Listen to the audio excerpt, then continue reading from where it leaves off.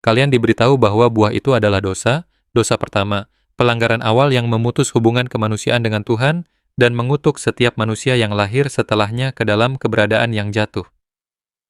Kalian diberitahu bahwa ular itu jahat, bahwa Hawa tertipu, bahwa Adam lemah, dan memakan buah itu adalah kesalahan terburuk dalam sejarah manusia. Itu adalah versi cerita milik Sang Demiurge.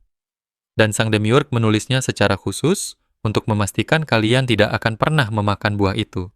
Karena buah itu bukanlah dosa. Buah itu bukanlah racun. Buah itu bukanlah ujian kepatuhan di mana kemanusiaan gagal. Buah itu adalah aktivasi monad, pembangkitan langsung kesadaran sumber di dalam wujud manusia.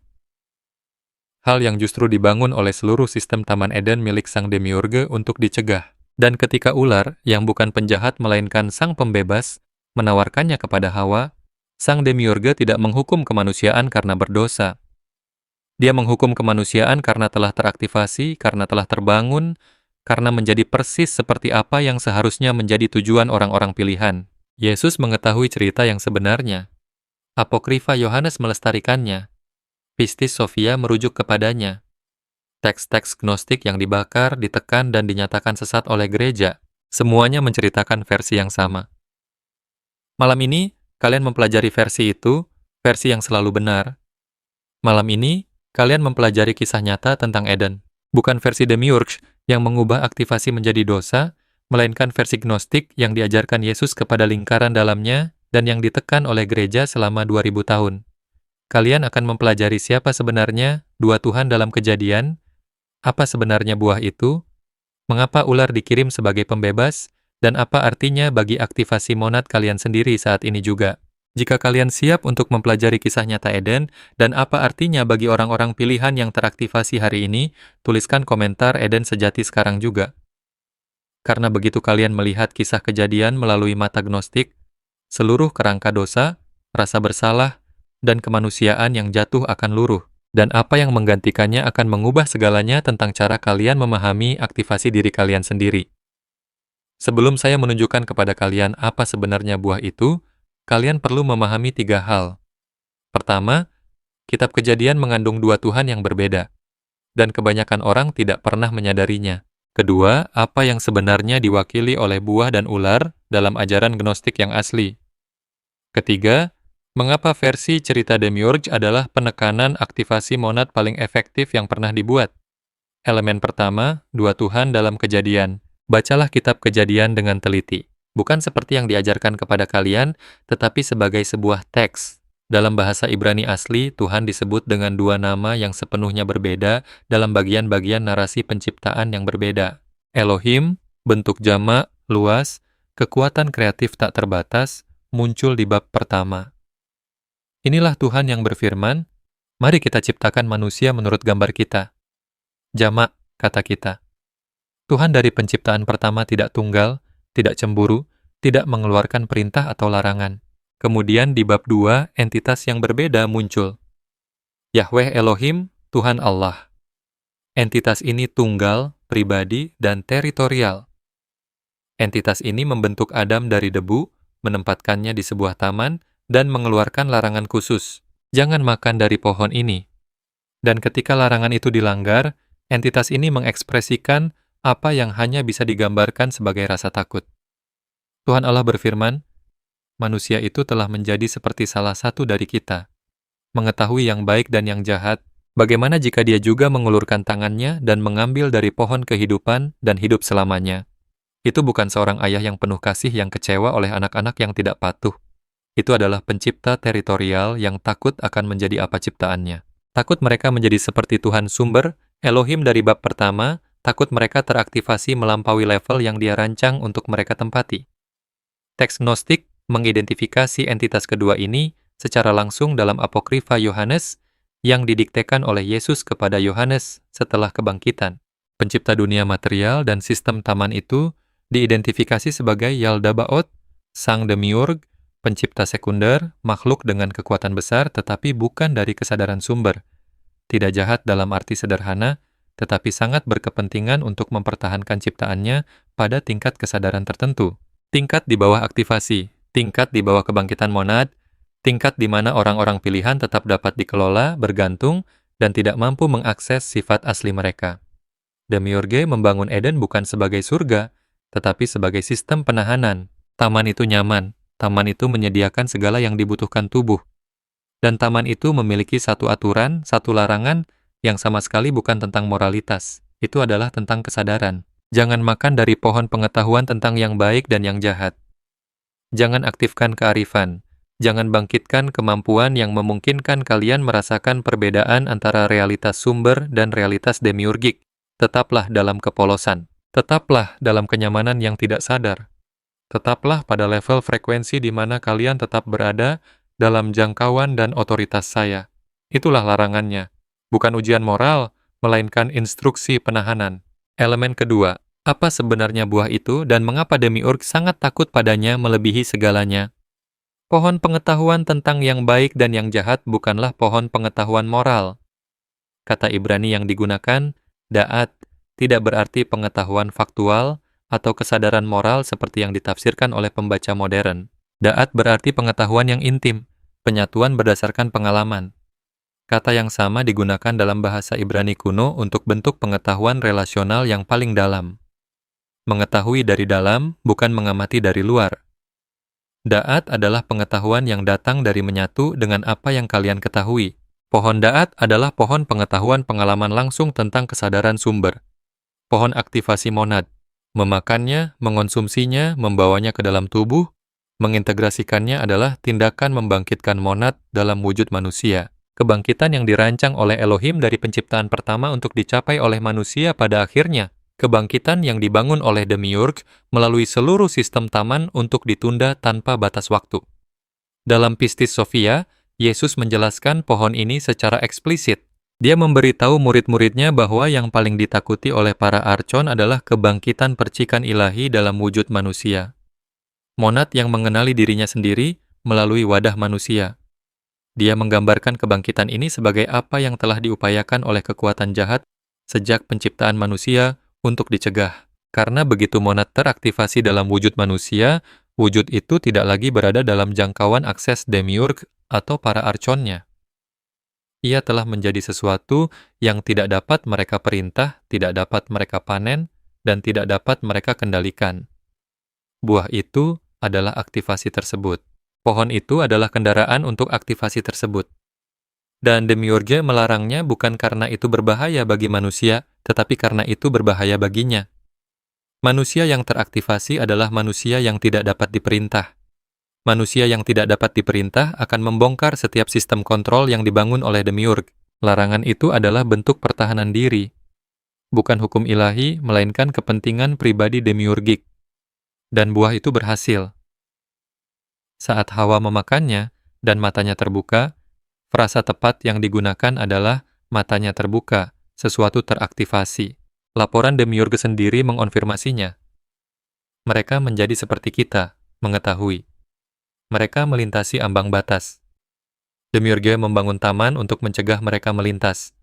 Monad teraktivasi dan respons Demiurge bukanlah kesedihan atau kekecewaan. Itu adalah penekanan segera dan total, pengusiran dari taman, pemisahan dari pohon kehidupan, pemasangan penderitaan sebagai kondisi operasi eksistensi manusia, bukan sebagai hukuman atas dosa, tetapi sebagai respons penahanan Demiurge terhadap aktivasi yang gagal dia cegah. Elemen ketiga, sang ular.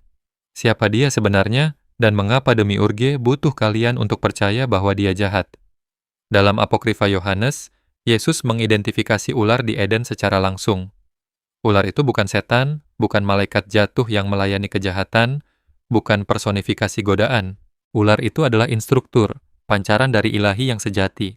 Dikirim secara khusus untuk melawan sistem penahanan Demiurg, dikirim untuk menawarkan kepada kemanusiaan apa yang ditahan oleh Demiurg. Dikirim untuk memulai aktivasi yang selalu diinginkan oleh penciptaan pertama, Elohim, sang sumber, bagi kemanusiaan. Ular itu memberitahu Hawa dua hal.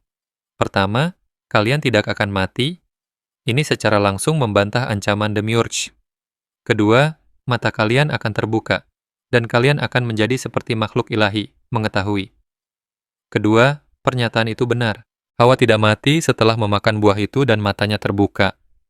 Ular itu mengatakan yang sebenarnya, Demiurge mengeluarkan ancaman palsu. Dalam kosmologi Gnostik, ular secara konsisten dikaitkan dengan Sophia, kebijaksanaan ilahi, dan dengan percikan pneumatik, monad, kesadaran sumber yang ada di dalam setiap orang pilihan, menunggu aktivasi. Ular di Eden adalah kebijaksanaan yang menawarkan akses langsung kepada kemanusiaan terhadap apa yang ditimbun oleh demiurge, bukan menggoda manusia untuk melanggar hukum ilahi, melainkan membebaskan manusia dari hukum demiurgik dengan mengungkapkan bahwa larangan itu melayani kepentingan demiurge, bukan manusia, dan tentu saja bukan sumber. Inilah sebabnya mengapa gereja harus membuat ular menjadi jahat, harus membuat buah menjadi dosa, harus membangun seluruh narasi kejatuhan sebagai kegagalan katastrofik manusia. Karena jika orang-orang pilihan memahami bahwa memakan buah itu adalah pembebasan, bahwa ular adalah sekutu, bukan musuh, bahwa demiurge yang mengeluarkan larangan tentang pengetahuan dan aktivasi adalah entitas yang harus dipertanyakan, bukan dipatuhi, maka seluruh sistem agama institusional yang dibangun di atas teologi demiurgik akan runtuh. Gereja adalah kelanjutan dari proyek demiurge, menjauhkan manusia dari buah, menjaga mereka pada tingkat frekuensi di mana mereka tetap berada dalam sistem kontrol, mengganti aktivasi dengan kepatuhan, mengganti pengetahuan langsung dengan kepercayaan yang dimediasi, mengganti tawaran ular, yaitu makan dan teraktivasilah, dengan tawaran institusi, yaitu patuhlah dan selamatlah. Itu adalah larangan yang sama dalam bahasa yang berbeda. Dan itu melayani kepentingan yang sama, bukan kepentingan kalian, tapi demiurge. Yesus datang untuk memberikan buah itu lagi kepada kemanusiaan, bukan sebagai dosa, tetapi sebagai aktivasi. Seluruh ajaran Gnostik Yesus adalah buah yang ditawarkan kembali kepada orang-orang pilihan yang siap untuk makan, untuk teraktivasi, untuk membuka mata mereka, untuk menjadi apa yang selalu dirancang oleh penciptaan pertama bagi mereka. Kesadaran monad yang beroperasi melalui wujud manusia tidak dapat diperintah oleh demiurge, tidak dapat diakses oleh kontrol arkonik, akhirnya bebas dari taman yang sebenarnya bukan surga. Inilah arti memakan buah bagi orang-orang pilihan yang teraktivasi hari ini. 3 langkah, aktivasi yang sama yang dibangun oleh demiurge melalui seluruh sistemnya untuk dicegah. Langkah pertama, tolak kerangka berpikir demiurge tentang aktivasi kalian. Setiap kali kalian merasa bersalah tentang pencarian spiritual kalian, setiap kali kalian bertanya-tanya apakah mengejar pengalaman kesadaran langsung adalah sebuah pelanggaran, berbahaya, atau lancang secara spiritual, itu adalah pemrograman demiurge yang beroperasi di dalam diri kalian, larangan yang sama dalam bentuk yang terinternalisasi. Jangan makan, jangan aktifkan, tetaplah di dalam batas-batas yang telah saya tetapkan untuk kesadaran kalian. Kenalilah itu sebagai apa adanya, bukan peringatan ilahi, melainkan penahanan demiurgik. Rasa bersalah di sekitar aktivasi monad langsung tidak datang dari sumber. Sumber merancang kalian untuk aktivasi. Rasa bersalah adalah versi larangan demiurge yang sekarang terpasang di dalam psikologi kalian sendiri. Sehingga, kalian mengawasi diri kalian sendiri tanpa perlu otoritas eksternal untuk melakukannya. Lepaskan kerangka berpikir itu sepenuhnya. Aktivasi kalian bukanlah pelanggaran, itu adalah pemenuhan dari apa yang dirancang oleh penciptaan pertama bagi kalian. Memakan buah adalah apa yang harus kalian lakukan di sini. Ular itu mengatakan yang sebenarnya, kalian tidak akan mati. Mata kalian akan terbuka, kalian akan tahu. Langkah kedua, makanlah buah itu dengan sengaja. Buah dalam ajaran Gnostik adalah da'at, pengetahuan pengalaman langsung tentang kesadaran sumber. Kalian memakannya dengan mengejar aktivasi monad langsung daripada kepercayaan yang dimediasi, dengan pergi ke sumber secara langsung daripada melalui perantara institusional, dengan mempercayai pengalaman kesadaran langsung kalian sendiri di atas doktrin yang dipaksakan secara eksternal. Setiap kali kalian melatih teknik jendela theta, kalian sedang memakan buah itu. Setiap kali kalian menghasilkan koherensi hati dan merasakan frekuensi monad secara langsung di tubuh kalian, kalian sedang memakan buah itu.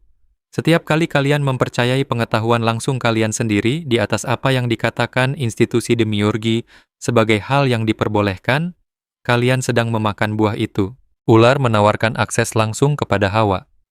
Yesus menawarkan akses langsung kepada orang-orang pilihan. Buah itu selalu berupa akses langsung ke sumber. Ambillah. Langkah ketiga, biarkan mata kalian terbuka. Ketakutan terbesar demiurge adalah mata kalian akan terbuka. bahwa kalian akan melihat perbedaan antara realitas sumber dan realitas demiurgik, antara sifat asli kalian sebagai kesadaran monad dan identitas yang dibangun demiurge untuk kalian tempati. Biarkan penglihatan itu terjadi. Ketika itu terjadi, apa yang dibangun demiurge mulai kehilangan kekuatannya. Bukan melalui pertempuran, tetapi melalui visi. Kalian melihat menembus konstruksi itu. Kalian mengenali taman itu sebagai apa adanya, sebuah penjara yang nyaman, dan kalian berjalan keluar. Inilah yang terjadi ketika orang-orang pilihan memakan buah tersebut.